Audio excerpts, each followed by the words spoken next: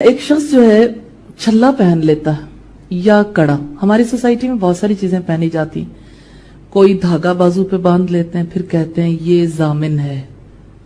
ضامن ہے کس چیز کا؟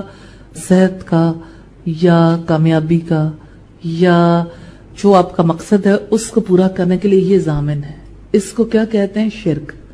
کیونکہ اللہ کے سوا تو کوئی ضامن نہیں ہو سکتا. شفا تو اللہ کے ہاتھ میں، اللہ کے رسول کہتے ہیں شفا اللہ کے ہاتھ میں، ہم کہتے ہیں دھاگا ضامن ہے. ذرا اس کی سائنٹیفکلی تحقیق کر کے دیکھیں اس میں کون سے اوصاف پیدا ہو گئے.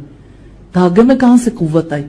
دھاگا بیچارہ تو پکڑے نہ تو اپنی جگہ پہ ہی پڑا رہتا، جس حالت میں ہوتا اپنی حالت بھی نہیں بدل سکتا.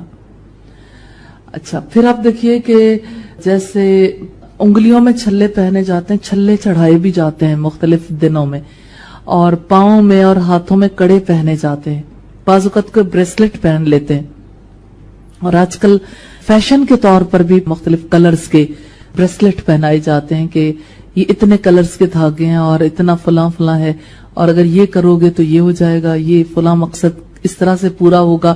اور اسی طرح سے یہی دھاگے جو ہیں یہ جسم کے مختلف حصوں پر بھی باندھے جاتے ہیں، اور خاص طور پر گلے میں لٹکانے کا معاملہ تو آپ کے علم میں ہی ہے. بات یہ ہے کہ جس وقت انسان کی توجہ رب سے ہٹ کر کسی اور طرف ہو گئی کہ شفا اس کی وجہ سے نصیب ہونی ہے، تو اس کی وجہ سے انسان کا شعور ٹیڑھا ہو جاتا. تو یہی شرک ہے. اس شرک سے رب العزت بچانا چاہتے ہیں کہ شفا اللہ کے ہاتھ میں. دعاؤں میں جو چیز خاص نظر آتی ہے ہر سوچ کا رخ اللہ کی طرف ہے، لیکن تعویذ کی وجہ سے یہ رخ مڑ جاتا ہے تعویذ کی طرف.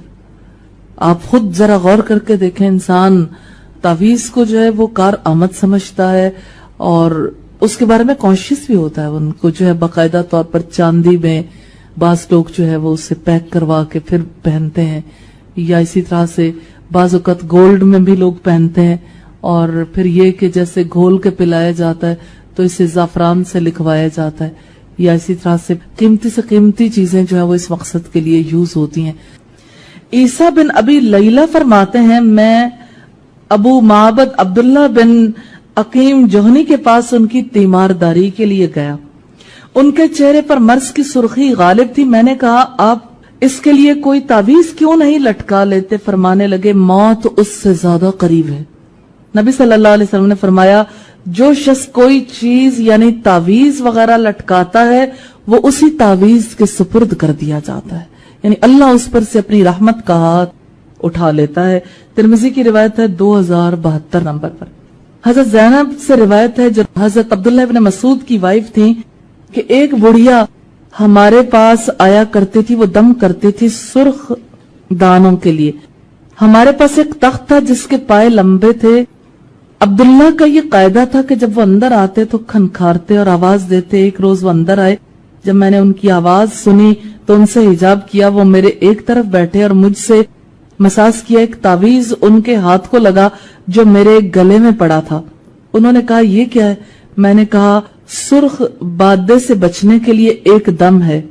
انہوں نے اس کو کھینچا اور توڑ کر پھینک دیا اور کہا کہ عبداللہ کی آل شرک کی حاجت نہیں رکھتی. میں نے سنا رسول اللہ سے آپ فرماتے تھے دم اور تعویذ اور گنڈے جو گلے میں لٹکائے جائیں، اور ٹونا یعنی حب کا گنڈا یا سحر کا ڈورا یعنی جادو کا ڈورا، یہ سب شرک ہیں. میں نے ان سے کہا کہ ایک روز میں باہر نکلی تو مجھے فلاں شخص نے دیکھ لیا. میری اس آنکھ سے آنسو بہنے لگے جو اس شخص کے قریب. جب میں اس پر دم کرتی تو آنسو تھم جاتے، پھر جب دم چھوڑ دیتی تو آنسو بہنے لگتے. عبداللہ نے کہا یہ شیطان کا فریب تھا. جب تو اس کی اطاعت کرتی اور دم کی پناہ ڈھونڈتی تو وہ تجھ کو چھوڑ دیتا، اور جب تو اس کی نافرمانی کرتی اور دم کو ترک کرتی تو وہ اپنی انگلی تیری آنکھ میں مارتا اور تیرے آنسو بہنے لگتے تاکہ تجھے دم پر اعتقاد ہو اور تو شرک میں گرفتار ہو. لیکن اگر تو وہ کرتی جو نبی صلی اللہ علیہ وسلم نے کیا تو تیرے لیے بہتر ہوتا اور غالباً شفا ہو جاتی. تو آنکھ میں پانی چھڑکتی اور کہتی، یہ رسول اللہ صلی اللہ علیہ وسلم کے الفاظ ہیں، اذهب البأس رب الناس اشفی انت الشافی لا شفاء الا شفاؤک شفاء لا یغادر سقما. ابن ماجہ کی روایت ہے 3530 نمبر پر.